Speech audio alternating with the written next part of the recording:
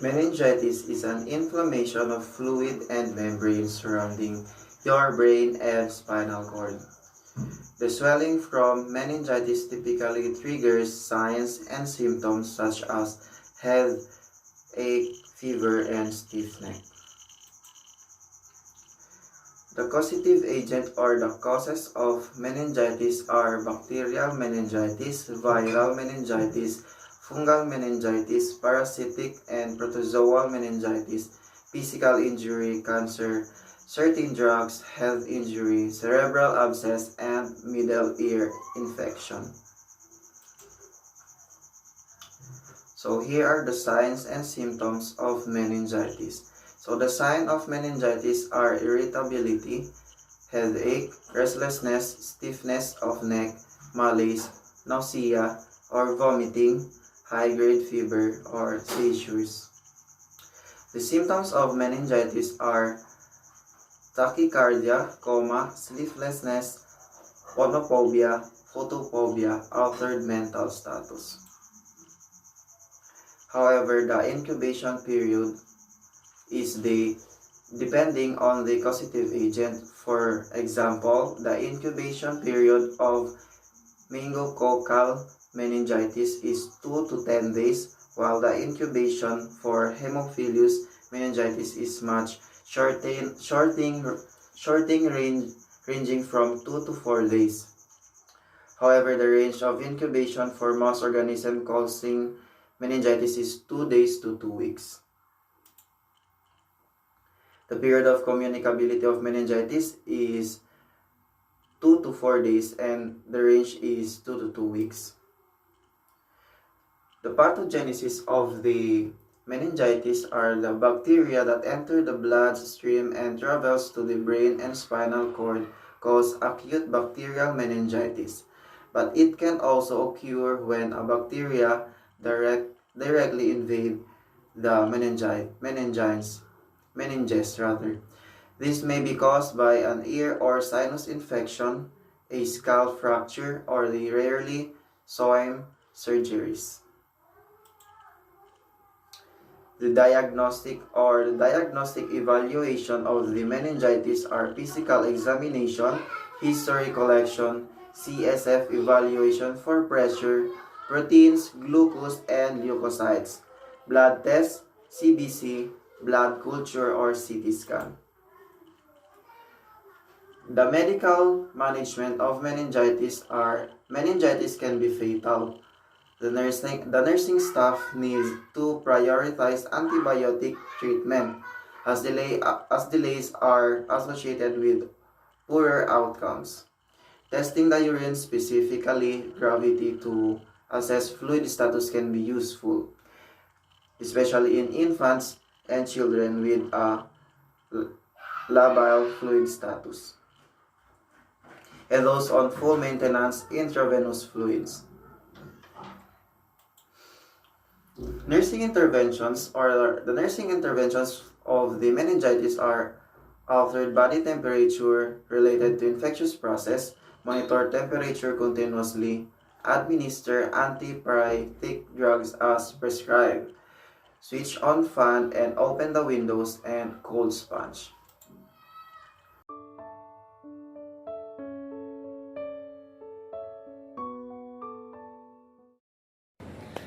Hello, good morning, ma'am. I'm Marwa H. Jo, and I am going to report about the encephalitis.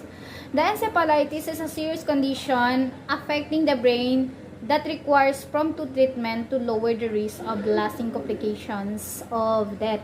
The causative agent of encephalitis is most often due to the virus, such as herpes simplex viruses, which cause cord sores and genital herpes. This is the most common cause of encephalitis. The varicella zoster virus, which causes chickenpox and shingles. And the sign and symptoms of encephalitis is headache, mild flu-like symptoms, aches, fatigue, slight fever, and sensitivity to light, neck stiffness, increased irritability, and seizures, change in alertness, confusion or hallucinations, and more. The incubation period in persons who develop symptoms, the incubation period is typically 5 to 15 days. Initial symptoms often include fever, headache, and vomiting. The period of communicability for primary viral encephalitis, the incubation period is usually, di ba, 5 to 15 days. The pathogenesis of encephalitis is divided into infection and immune-mediated mechanisms. The antibodies to neuronal surface antigen are NSA, such as NMDA receptors, leucine-rich glioma, inactivated specific encephalitis, lumbic encephalitis, and neuromyelitis optica. The diagnosis of encephalitis, your doctor will start with a thorough physical examination and medical history. And your doctor might then recommend the brain imaging, the MRI or the CT scan image, spinal tap, other lab tests, electroencephalogram, brain biopsies. And the medical management of encephalitis is the antiviral drugs. The encephalitis caused by certain virus usually requires antiviral treatment. The antivirals medication commonly used to treat encephalitis include acyclovir and ganciclovir. The nursing intervention of encephalitis, tracking degree of consciousness, assess the status of neurology every 1 to 2 hours. 1 to 2 hours when necessary until a steady condition. And monitor growth and stability indicators, ICT, raised BP, penerunan,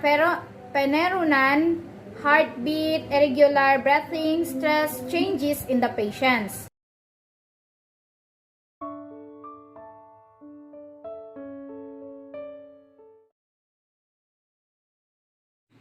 Hello, I'm Benazir K. Jubail, a BSN 2 Rogers student. I'm here to report my topic, which is about the poliomyelitis. So, what is poliomyelitis? Poliomyelitis is a highly infectious viral disease which mainly affects young children. The virus is transmitted through contaminated food and water and multiplies in the intestine from where it can invade the nervous system.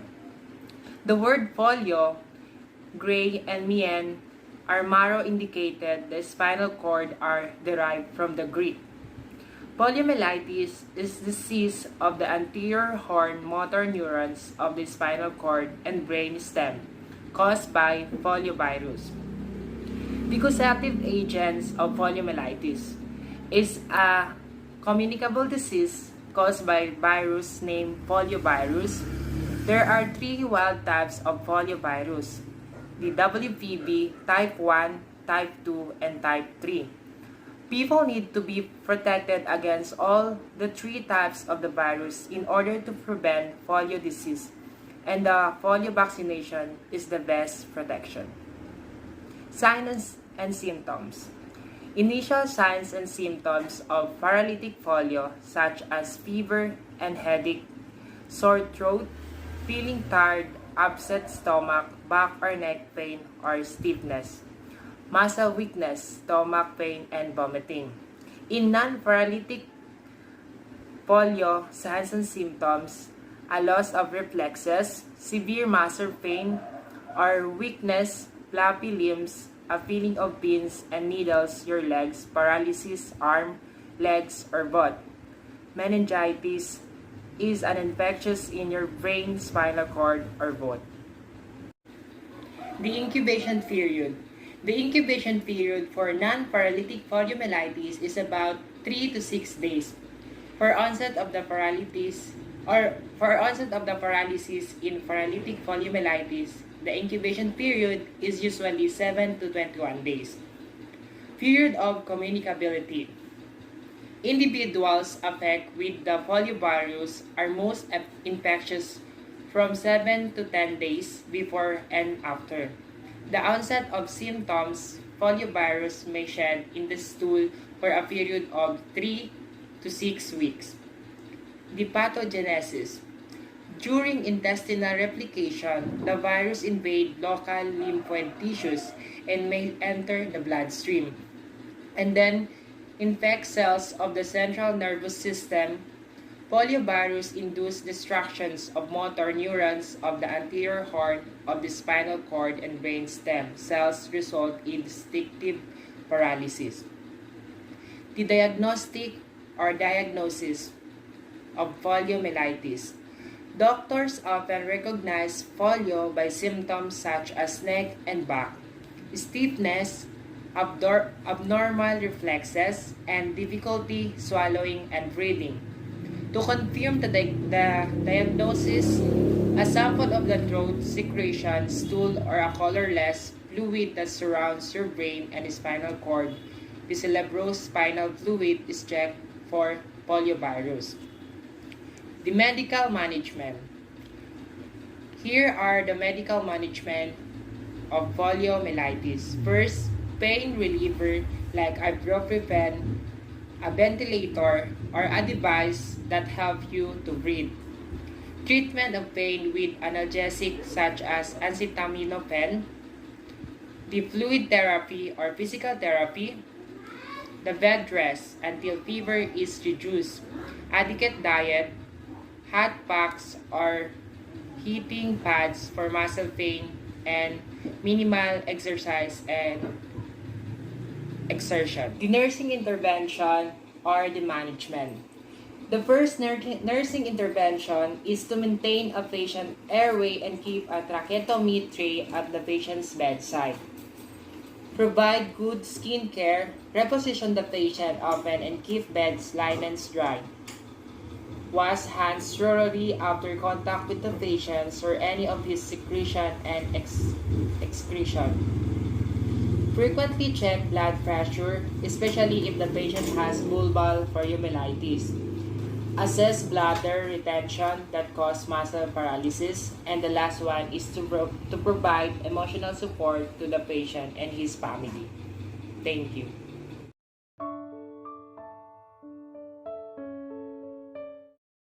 Assalamualaikum warahmatullahi ta'ala wabarakatuh. I am Nurhana S. Johadi from BSN 2 Roger. So my topic for today is about the rabies.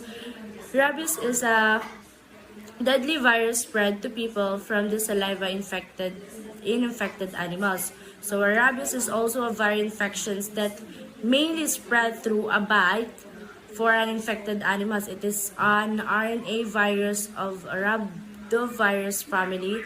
Without early treatment, it is usually a fatal. So now let's move on to causative agents. The causative agents causes the rabies infections is caused by the rabies virus. The virus is spread through the saliva of infected animals. Infected animals can be spread the virus by biting another animal or a person.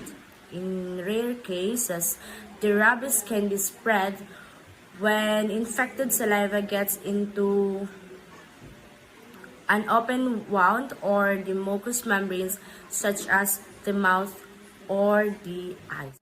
Let's move on to signs and symptoms. So, the first signs that something is wrong is a fever. You might feel generally tired or weak. You may also feel pain, tingling, or burning at the site of the wound. First symptoms of rabies may vary similar to those of the flu and may last for days. Later signs and symptoms may include a fever, headache, nausea, vomiting, anxiety, confusion, difficulties swallowing, and the insomnia. Next is the incubation period. This is the time before the symptoms appear.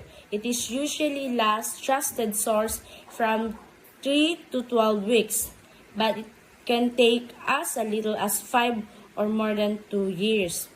So, the closer the bites is the brain, the sooner the effects are likely to appear. So, by the time symptoms appear, rabies is usually fatal. Anyone who may have been exposed to the virus should seek medical help at once without waiting for the symptoms. So now, let's move on to the period of the communicability. In dogs and cats, rabies is usually communicable 3 to 7 days before onset of a clinical signs and throughout the course of the illness. Next is the pathogenesis. The pathogenesis of rabies is preventable viral disease most often transmitted through the bite of a rabid animals. So the rabies virus infects the central nervous systems of mammals, ultimately causing diseases in the brain and death. So in other country, animals most likely to transmit rabies in the United States, including the bats, coyotes, foxes, raccoons, and skunks. So, unlike dito sa Philippines is yung known lang talaga na sa may pagkakalam natin na rabies is yung dogs. Actually, meron din sa cats.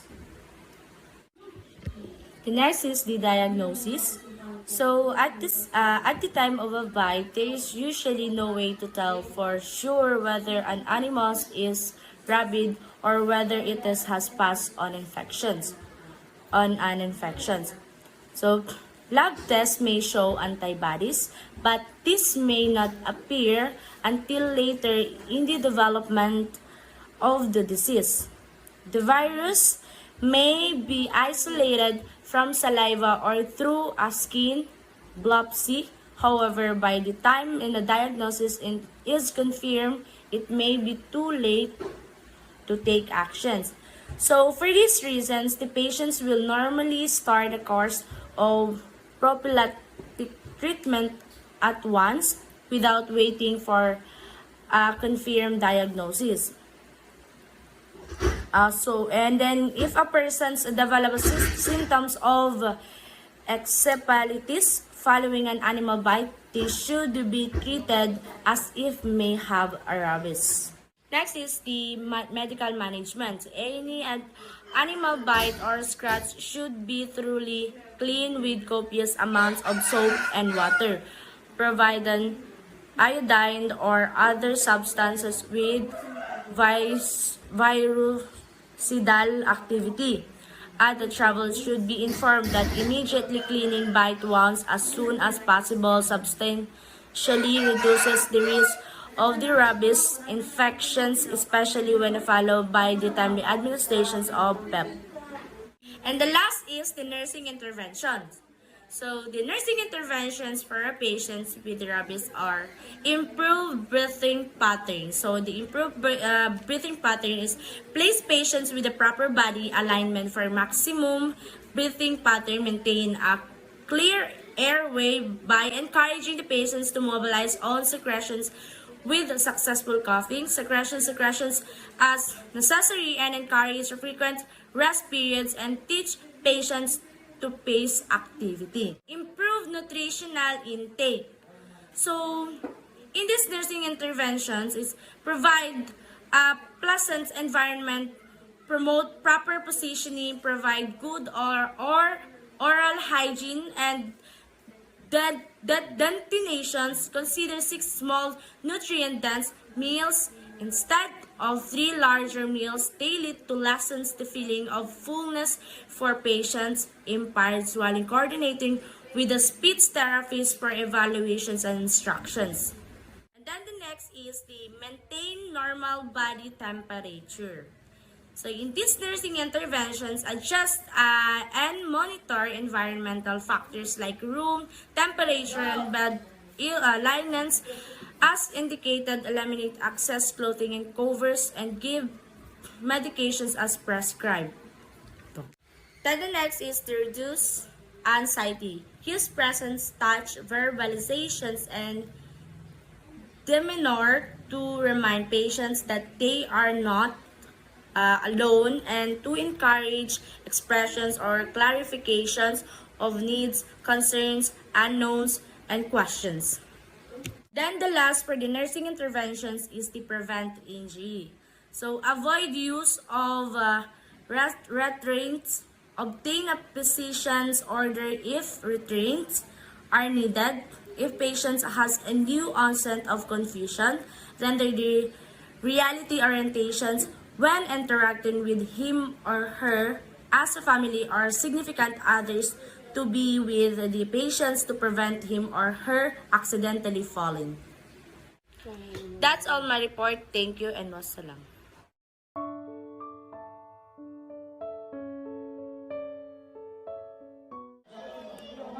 Assalamualaikum warahmatullahi ta'ala wabarakatuh. Good day everyone. I'm Amia Tijul Amri, BSN to Roger. I'm going to report the tetanus. Tetanus is an infection caused by bacteria called Clostridium tetani. When the bacteria invade the body, they produce a poison toxin that causes painful muscle contraction. Another name for tetanus is lockjaw. It often causes a person's neck and jaw muscle to lock, making it hard to open the mouth or swallow. Causative agent, bacteria called Clostridium tetani cause tetanus. This part of the bacteria can be found in dust, dirt, and animals dropping. Spores are small reproductive bodies produced by a certain organism. They are also resistant to harsh environmental conditions such as high heat. A person can become infected with this exposure enter the bloodstream through a cut or deeper wound. The bacterial spores and then spread to the central nervous system and produce a toxin called tetanus plasmid. This toxin is a poison that blocks the nerve signal from your spinal cord to your muscles. This can lead to severe muscle spasm. Tetanus infection has been associated with crash injury, injury with dead tissue, burn, puncture wound from piercing, tattoos, injection, drug use, or injuries such as stepping on a nail. Wound contaminated with dirt, feces, or saliva. Less commonly, it's been associated with animals bite, dental infection, insects bites, chronic sores, and infection. Symptoms: tetanus affect the nerves that control your muscles, which can lead to difficulty swallowing. You may also experience spasms and stiffness in various muscles, especially those in your jaw, abdomen, chest, back, and neck. Other common tetanus symptoms are fast heart rate, fever, sweating, and high blood pressure. The incubation period, the time between exposure to the bacteria and the onset of illness, is between 3 and 21 days. Symptoms typically appear within 14 days of initial infection.